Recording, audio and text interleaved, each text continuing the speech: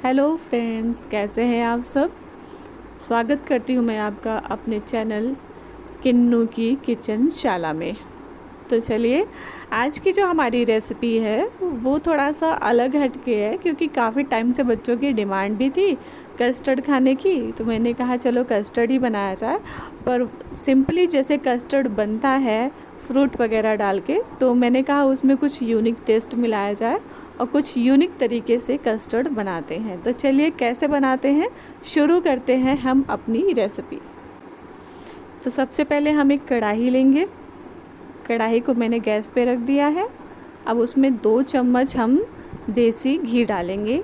आप चाहे तो और चीज़ों का रिफाइंड का यूज़ कर सकते हैं, पर मैं सजेस्ट करूँगी आप देसी घी ही डालिए।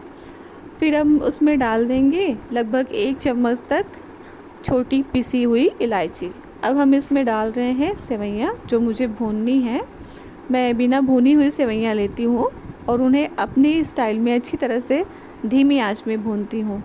तो अब हम इन्हें भून लेंगे, लगभग ब्राउन होने तक भूनेंगे, बहुत ज़्यादा जलाना नहीं है, कलर चेंज हो जाए। तो देखिए हमारी सेवइयाँ जो है वो अच्छी तरह से भून गई हैं, बहुत ज़्यादा हमने इसको जलाया नहीं है। अब हम इसे साइड में रख देंगे ठंडा होने के लिए, और अब हम दूध के साथ कस्टर्ड बनाने की तैयारी कर लेते हैं। तब तक हमारी सेवइयाँ ठंडी हो जाएंगी।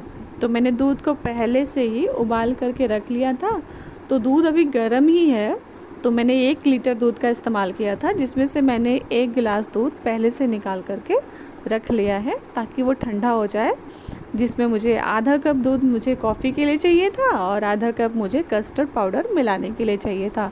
तो उसे मैंने ठंडा होने के लिए रख दिया है। रूम टेम्परेचर पे आ जाए तब तक हम यहाँ पे दूध में चीनी डाल देते हैं। चीनी थोड़ा ज़्यादा ही डालिएगा, क्योंकि ये चिल्ड होगा, ठंडा होगा, तो वैसे भी मीठा थोड़ा कम हो जाता है और हमें अभी इसमें काफ़ी चीज़ें ऐड करनी है। तो दूध के मात्रा के हिसाब से आप चीनी थोड़ा ज़्यादा मीठा ही रखिएगा। तो मैंने यहाँ पे चीनी डाल दिया है। अब दूध को चीनी के साथ अच्छे से मिला लेंगे। जब भी आप चीनी मार्केट से लीजिए तो उसे जब भी किसी भी चीज़ में डालिए तो उसे एक बार चेक कर लीजिए। काफ़ी ऐसा कई बार होता है कि उसमें कुछ ना कुछ रह जाता है, कभी कोई पत्थर आ गया, कभी कोई छोटे मोटे कंकड़ आ जाते हैं, तो वो चीज़ें जो है ना अच्छी नहीं लगती हैं। अब यहाँ पे मैंने दूध पहले से ही आधा कप जो रखा हुआ था उबाल के, वो एकदम ठंडा हो गया है। यानी हमें फ्रिज में नहीं ठंडा करना है, हमें बाहर ही रख देना है, तो वो ठंडा हो जाएगा।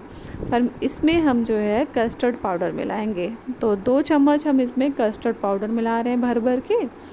अब इसको अच्छी तरह से मिला देंगे। बस यहाँ ध्यान रखने वाली बात ये रहेगी कि आप इसे ठंडे दूध में मत मिलाइए और आप इसे गर्म दूध में भी मत मिलाइए। आप इसे रूम टेम्परेचर में जो दूध होता है, आप उबाल करके दूध रख लीजिए, ठंडा हो जाए, नॉर्मल हो जाए, फिर आप उसमें मिलाइए। तो हम इसमें मिला रहे हैं क्योंकि उसमें क्या होता है ना, कस्टर्ड पाउडर अच्छी तरह से मिल जाता है और उसमें गुलठियाँ नहीं पड़ती हैं। आपको छानने की ज़रूरत नहीं पड़ेगी। बहुत बार ऐसा होता है कि लोग गर्म दूध में ही मिला देते हैं और फिर उसे छान करके डालना पड़ता है। तो देखिए बहुत अच्छी तरह से कस्टर्ड पाउडर मिल गया था। और अब हमें इसे दूध में डालना है, तो हमने गैस से नीचे दूध उतार लिया है, क्योंकि इससे क्या होता है ना, जब भी आप कस्टर्ड पाउडर या कुछ ऐसी चीज़ें डालते हैं, कॉफ़ी वगैरह, तो दूध ना उबाल मार देता है और ऊपर आकर गिर जाता है। तो दूध ऊपर उबल के बाहर ना आए, इसलिए हमने इसको पहले उतार लिया था। अब हम इसे फिर से गैस पे चढ़ा रहे हैं, वो भी बहुत ही धीमी आंच में। इसे 1-2 बार चलाएंगे, बहुत ज़्यादा नहीं चलाएंगे, क्योंकि वो गाढ़ा होने लगता है। इतने में ही आपका दूध गाढ़ा होने लगेगा। कस्टर्ड पाउडर की खासियत ही यही होती है कि जब आप दूध में डालिए तो वो गाढ़ा होने लगता है। फिर हम इसमें सेवइयाँ डाल देंगे। आप इसमें, मैंने स्किप कर दिया है क्योंकि मेरे यहाँ बहुत कम ही लोग खाते हैं। इस स्टेज पे आप इसमें पंचमेवे जो होते हैं, जो भी मेवे डालना चाहें, किशमिश को छोड़ दीजिएगा। किशमिश क्या होती है ना कि आप गरम गरम दूध में डालेंगे तो दूध फटने के चांसेस रहते हैं। तो आप चाहे तो इसमें पंचमेवे डाल सकते हैं। मेरे यहाँ पंचमेवे बहुत कम लोग पसंद करते हैं, मुझे तो पसंद है लेकिन बच्चों को नहीं पसंद है, तो वो जो है वो हटा देते हैं। तो मैंने इसको अच्छी तरह से बना लिया था। एक बार खोलने के बाद मैंने इसको ठंडा कर दिया बाहर, और जब बाहर वो नॉर्मल हो गया तो मैंने उसको 2 घंटे के लिए फ्रिज में रख दिया था। तो फ्रिज में एकदम चिल्ड हो जाएगा, एकदम ये ठंडा हो जाएगा, तब हम इसे बाहर निकालेंगे।